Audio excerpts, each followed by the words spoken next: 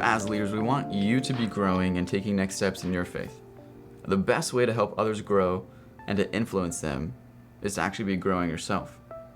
So, if I want you to become a better listener, and I focus on simply becoming a better listener myself, it will in turn impact you probably much greater, much more powerfully. Our circles of real influence grow the more we realize we are response able. Meaning we are able to control our responses. We are most responsible for ourselves. So the values we want to pursue as team members and leaders at One and All are humble, hungry, and smart. Let me break these down for you. In fact, these are actually our staff values, and we're kind of blurring the line between staff and leaders because it's all of us serving God together. But these are our team values. And under humble, you've got humility, servanthood, and holiness. Humility is I will be fully engaged with all who come across my path, not thinking more highly of myself than I ought to. I will be open to constructive feedback, listen fully, and seek out better ideas. I will ask, how can I help? How can I hope? How can I honor? Servanthood is I will serve with joy, whomever and wherever needed, even if outside my area of giftedness or defined role. And then holiness. I will pursue Christ-likeness in every area of my life. That's humble. And it's actually the number one trait of a Christ follower is, are they humble? And in fact, that's one of the things when I think people, when they look at me, I hope, man, Joseph, he can really produce something. He's so effective. I want them to look at me, man, he's so humble. I think it's so important for us. The next one is hungry. And what we mean by that is actually kind of ambition and drive and pursuing excellence. And the three values are excellence, equipping, and passion. Excellence, I will give my very best effort, believing I'm a part of the most important endeavor known to man. Equipping is I will recruit, train, and equip others to do the work of ministry while serving alongside of them. And then passion, I will exhibit a whatever it takes attitude at all times. I will actively pursue solutions and demonstrate a love for what I do by working hard for the Lord. That's hungry. It's ambition. You're driven. You're getting things done. You're wanting to take new ground. You're moving forward. But hungry always needs to be tethered with humble. We don't want our ambition outpacing our character. And the last section is smart. And it's actually not intelligence at all. It's more emotional intelligence. Do I know what I'm feeling? Do I know how I'm coming off? Do I know how others are perceiving me, or at least have an idea of how I can be perceived? The three values are emotional intelligence, unity, and gratitude.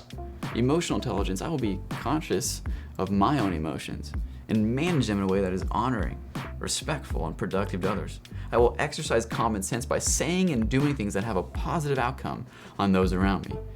Unity, I will conduct myself in a manner that builds, protects, promotes the unity of my church. I believe that unity is essential to fulfilling our vision. I will resolve conflict directly, quickly, and in a Christ-like manner. And I think in that, you seek first to listen to understand where they're coming from before wanting to be understood. That listening part comes back in. And unity also means if there's something in the church or something in a relationship that you're mad about, you fill that gap, not with assumption and jumping to wrong conclusions, you fill it with trust. You think, oh man, they didn't do that. They must hate me. You go, no, and maybe somebody came up. I hope they're okay, man. I better check on them. I think we need to actually begin to build trust with people and talk good on one and all. Talk good on the other leaders. Build them up. Defend the church and defend people. I think that promotes unity. And the last one is gratitude. I will choose to be thankful and consider it a privilege to be doing God's work with the team at One and All.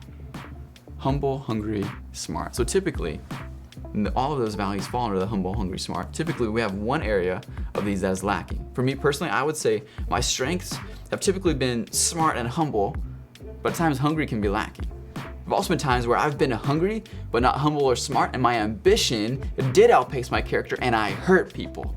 And what we do matters. Relationships, they matter. For me, I think the most important is humble. If someone isn't humble, they would be the hardest to work with. If someone is humble but not smart, it's usually a fix because most likely they're just completely unaware. And the truth is, most Christians today are self-conscious, not self-aware. We want to know ourselves, weaknesses included. We want our leaders to be healthy and growing and vulnerable. Listen, we love you. We are here for you. We want to listen to you. We care more about you as a follower of Christ than we do you as a leader in youth ministry. We also care more about you in a year from now than we do you right now. Like I said earlier, actually I don't know if I said this earlier, but I should have. Where there is health, there's eventual growth. As goes the leaders, so goes the ministry. The condition and state that we are in is the condition and state that we offer to others.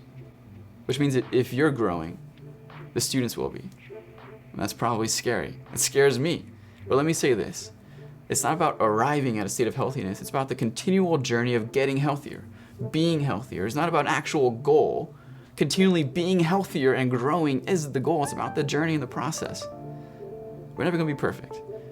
But sometimes leaders do feel as though they are not qualified to lead because they feel as though they are not healthy enough in however they define that. But you are attempting to move in the right direction. And are you actually trying to go in this trajectory? Maybe leading and loving students will actually help you grow more into the person God has designed you to be. Sometimes, and listen to this, we do not feel our way to better behavior. We behave our way to better feelings. That's good. Emotions are so important. I'm an emotional guy, as many of you know. Most of you have seen me cry. I'm still embarrassed about it. And I'm also proud of it. A lot of time, if we wait to feel better before we move or take action, we might just end up stuck longer. A lot of the time, taking that action, moving forward, will actually grow and stretch you in the process. We want to be very clear about what the expectations are for team members to be humble, hungry, smart. And so of those areas, which ones do you think are your weakest? And even though if you're leading and we see that you are hungry, but you're not humble, you're not smart, and we come and we talk to you, and we'll do it gently. And we'll ask a lot of questions and we'll listen because we love you. But if you don't have a desire to change, we may even ask you to step down from leading for a while because we want to really guard the content and quality and character of our leaders. But again, that's not for you to arrive somewhere. We want you to be growing. We want you to be on the same page with us. That's why I do want to really clarify the expectations of the leaders at ONE&ALL Youth. It is a privilege, not a right. And we believe it is sacred to be able to serve God, which looks like serving people. So, all right, we're going to turn to our leader commitment and covenant in the next video.